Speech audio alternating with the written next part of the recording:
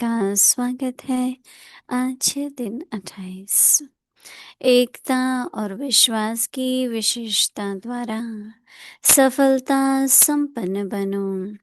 आज का विषय है ब्राह्मण परिवार। अव्यक्त इशारे।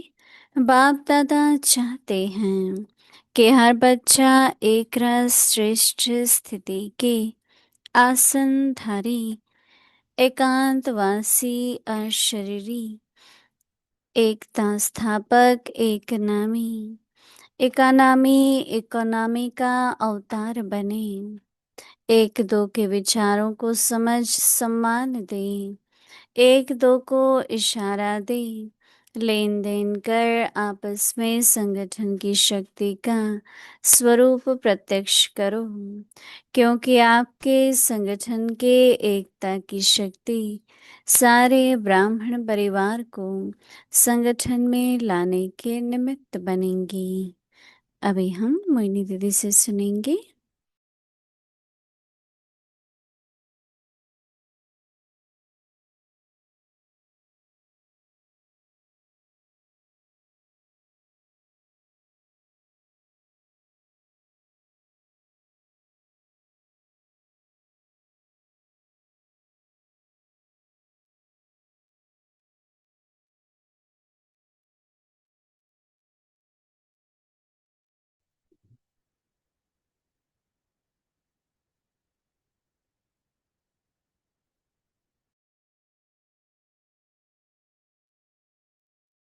ओम शांति। सभी पूछते हैं हमें क्या पुरुषार्थ करना है, और बाबा कहते हैं ध्यान से सुनेंगे कि बाबा क्या चाहता है। हमें वही पुरुषार्थ करना है ना जो बाबा चाहते हैं। हर एक पूछता है तीव्र पुरुषार्थ कैसे करें, आगे क्या करना है। तो बाबा बता रहे हैं कि क्या करना है। बाबा कहते हैं कि आपका ऐसा अनुभव हो सबको आपसे कि आप अवतार हैं। हर एक अवतार अपने कार्य के लिए आता है। रामचंद्र जी का अवतार आया रावण के वध के लिए, श्री कृष्ण का आया कंस के वध के लिए। ऐसे हर एक देवी का भी दिखाते हैं। बहुत असुर हो गए तो दुर्गा की रचना हुई। एक एक देवी की रचना एक कार्य के लिए होती है। बाबा ने तो हम बच्चों को बहुत बड़ा कार्य दे दिया ना, विश्व परिवर्तन। राय तो अवतार हैं, ऐसा सबको अनुभव हो। तो अवतार जो होते हैं ना वो बहुत करके दिव्य अवतार दिखाते हैं, और अलंकार भी दिखाते हैं उनके हाथ में, और हथियार भी दिखाते हैं। अलंकार हमारी विशेषताएं हैं, हमारा श्रृंगार है। विष्णु के 4 अलंकार हैं, देवियों को भी हर देवी का कमल पुष्प आसन दिखाते हैं, और अलंकार बहुत सारे। और हथियार क्यों दिखाते हैं? असुरों का वध करें, आश्री वृत्तियां जो हैं हमारे अंदर उन सब का वध हो। तो दोनों बातें हमें याद रखनी चाहिए। तो बाबा कह रहे हैं कि ऐसा अनुभव हो सबको जैसे ये तो अवतार है। लक्ष्य फरिश्ते का है। और क्या ध्यान रखना है कि अवतार है। तो बाबा कह रहे हैं ब्राह्मण परिवार, बाबा चाहते हैं, कई पॉइंट्स हैं कि हर एक बच्चा एक रस और श्रेष्ठ स्थिति, एक रस और श्रेष्ठ स्थिति के आसनधारी, एक रस स्थिति आसनधारी, एकांतवासी,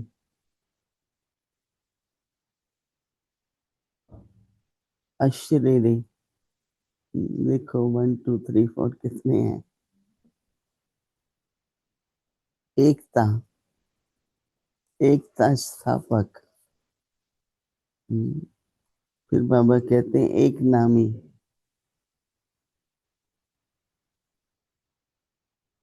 सो बाबा कहते हैं कि एक नामी इकोनॉमी का अवतार बनकर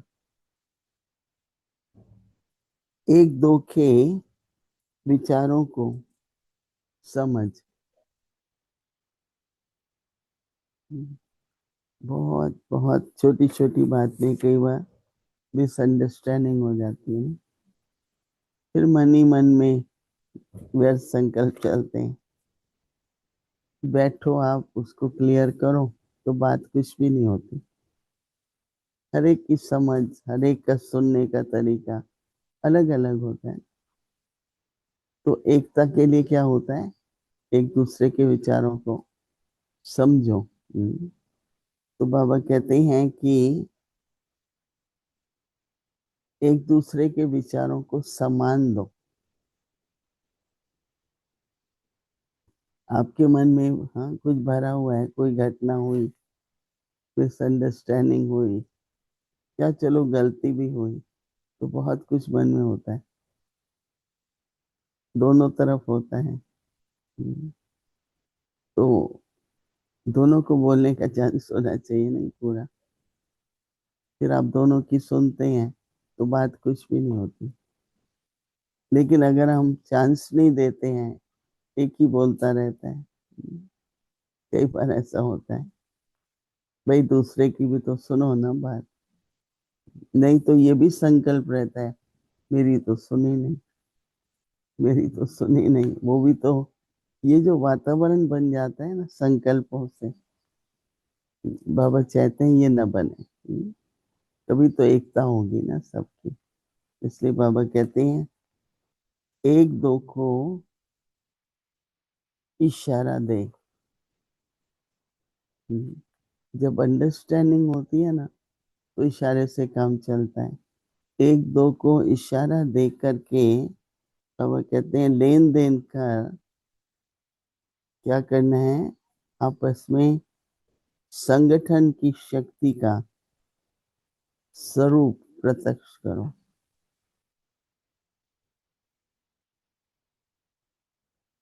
एकता बनाने के लिए विश्वास चाहिए ना।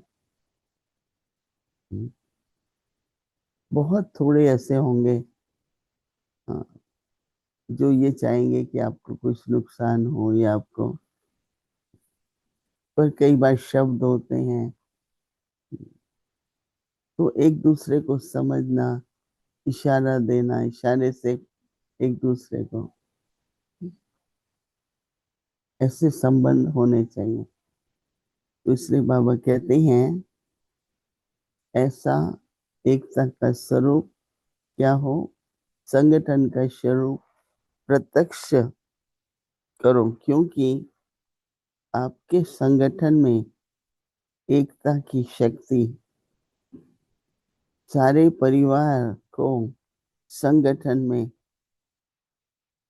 लाने के निमित्त बने। नहीं, कई बार बाबा कहता है कई तरह के जोन बने हुए हैं। तो जोन तो इसलिए बनाते थे कि व्यवस्था अच्छी हो, थोड़ा थोड़ा होंगे, कोई बड़ा होगा। इसलिए नहीं बने थे कि ये मेरा है ये तेरा है। हदों के लिए तो नहीं बनते हैं ना, व्यवस्था के लिए बनते हैं, एडमिनिस्ट्रेशन, प्रशासन के लिए बनते हैं।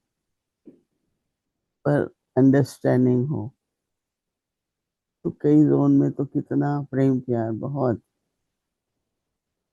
कहीं थोड़ा ये ड्रामा है, ऐसा तो होगा ही ना, सब तो एक समान नहीं होते।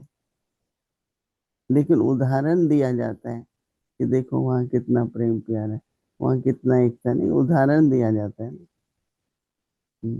तो दीदी कहती थी साधारण नहीं बनो, क्या बनो? उदाहरण बनो। पापा ब्रह्मा बाबा कहते थे कोई बिजनेसमैन जब टूर पे जाता है, कोई अपना प्रोडक्ट है कुछ बेचने के लिए, तो एक छोटी ब्रीफ केस में सैंपल ले जाता है, क्योंकि वो अच्छा सैंपल होगा तभी कोई माल खरीदेगा ना। हम्म। तो बाबा हम बच्चों को भी कहते थे जब हम आए, कि ऐसा सैंपल बनाओ कि बाबा आपको साथ ले जाए, बाबा कह सके उस बच्ची को देखो, उस बाबा के बच्चे को देखो। ये कोई विशेषता, जो विशेषता महानता के बराबर हो। तो है छोटी छोटी बातें, पर अगर स्मृति रहती है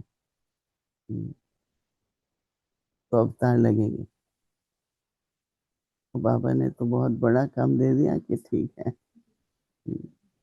एक रस रहो, एक नाम ही रहो। इतनी सारी बातें बाबा ने हम बच्चों को सुनाई है। तो अभी हम सब क्या संकल्प लेंगे, कि मैं अवतार हूँ और मुझे बाबा को, बाबा की, जो भी बाबा कह रहे हैं, ऐसी स्थिति बना करके बाबा को प्रत्यक्ष करना है, क्योंकि बिना स्थिति के तो प्रत्यक्षता नहीं होगी। तो सभी हम इसी याद में हम बैठ।